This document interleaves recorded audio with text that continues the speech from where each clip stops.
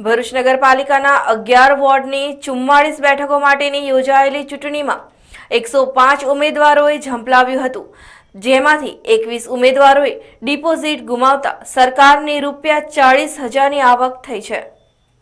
ભરૂચ નગરપાલિકાની 44 બેઠકોમાંના પરિણામ જાહેર થતા 31 બેઠકો ભાજપને, કોંગ્રેસને 12 તેમજ અપક્ષને 1 બેઠક મળી છે।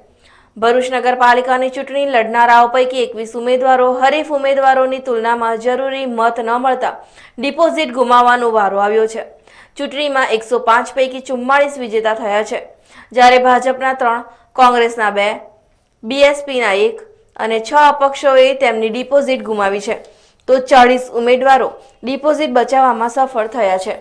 ડિપોઝિટ ગુમાવનારાઓમાં વોર્ડ નંબરના અપક્ષ ઉમેદવાર મોહમ્મદ શફી ઉમરજીને મત 197 મળ્યા છે, તો વોર્ડ નંબર 2 માં ભાજપના હફીઝા બલેરાને 1369, અપક્ષના નૂરજહાં પટેલને 173, વોર્ડ નંબર 3 માં કોંગ્રેસના રાધેકિશન પટેલને 941, શિરીષ મિસ્ત્રીને 819, અપક્ષ ગોપાલ રાણાને 460 મત મળ્યા છે, તો વોર્ડ નંબર 4 માં બીએસપીના ઉમેદવાર કિરણ ભામાનીને 353 મત, વોર્ડ નંબર 6 માં જેડીયુના તમામ 4 ઉમેદવારોએ ડિપોઝિટ ગુમાવી છે।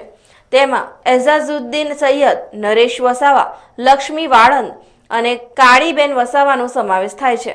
આ જ રીતે વોર્ડ નંબર 7 માં પણ જેડીયુના રમેશ ઓડ, દીપક રાવળ અને અમિતા મેરનો પણ રકાસ થતા ડિપોઝિટ ગુમાવી છે।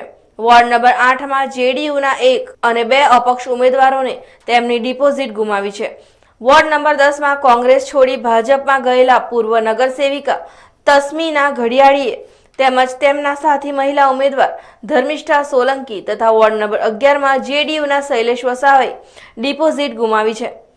આમ પાલિકાની ચૂંટણીમાં 21 ઉમેદવારોની ડિપોઝિટ ગુલ થતા સરકારને ₹40,000ની આવક થઈ છે।